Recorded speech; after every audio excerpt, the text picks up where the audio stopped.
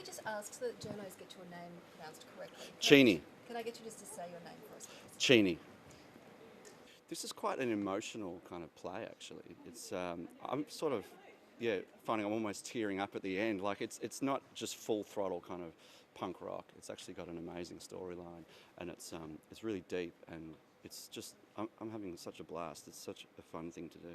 There's something about what the audience brings, and it was just supercharged. It was really I've never seen another kind of musical like it. It's great. It's up.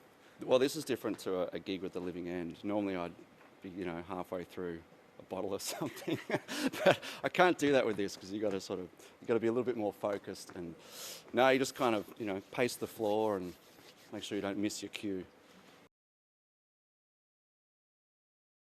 The music, I've been a Green Day fan for quite a while, and also just the storyline. I think it really relates to a lot of people in our generation and a lot of other generations, but it's really something I felt very connected with the character and with the story.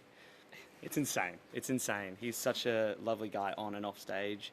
He's such a generous performer. He's like this hidden music theatre fan. Yeah. Like we all thought, this like rock god's going to come in and look at all of us daggy music theatre people, but he just like loves it and has gotten so amongst it. It's awesome. Last night the audience were going mental. Yeah. I mean, it's the show as well. Like it's a rock show, so people are a bit more vocal, but they just went nuts when he came out, and that was really exciting. Yeah. I grew up doing musical theatre in the little societies up there, like Townsville Choral Society and QMT, and it's really amazing to come back and get to make my debut in Brisbane, in Queensland. It's really lovely. It just looks a little bit energetic, though. It's incredibly tiring, but it's really rewarding, I think. I think it's a really rewarding experience. Ask him at the end of 3 weeks how he is. Yeah.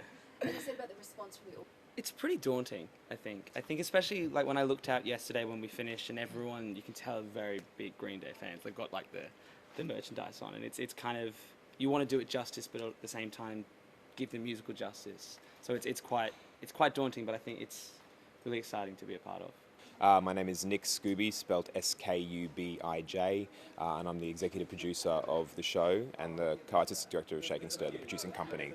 It is a different energy in the theatre, and it's striking that balance between coming into an arts complex which can be associated with ballet and opera and sort of the more refined versions of the performing arts, but then trying to invite a rock and roll crowd into that and sort of giving them permission to come along, enjoy the music, enjoy the noise and the loudness, and feel like they can relax and have a great time and not be restricted by those kinds of etiquette confines that often theatre gives to people. So we want them to sing along, cheer, clap, stand up, and just really get involved with what's happening on stage, the music and the story. We did a video first round of auditions for this. We wanted to open it up to as many people as possible and keep, make sure there's no restrictions to people who weren't represented, no agents. So we had to do a video round. Anyone could submit. We had about 680 or so people submit tapes that we had to go through, and in that was a mixture of music theatre stars, rock and roll people, newcomers who had never done it before but had wanted to. So we got a really great kind of just cross-section of talent that had no end, it seems. It's got very, very reminiscent of the Broadway production. It's got the elements that I think people who know that production will be expecting in the show, and then it's got some surprises in there as well and some tweaks for an Australian audience in 2017.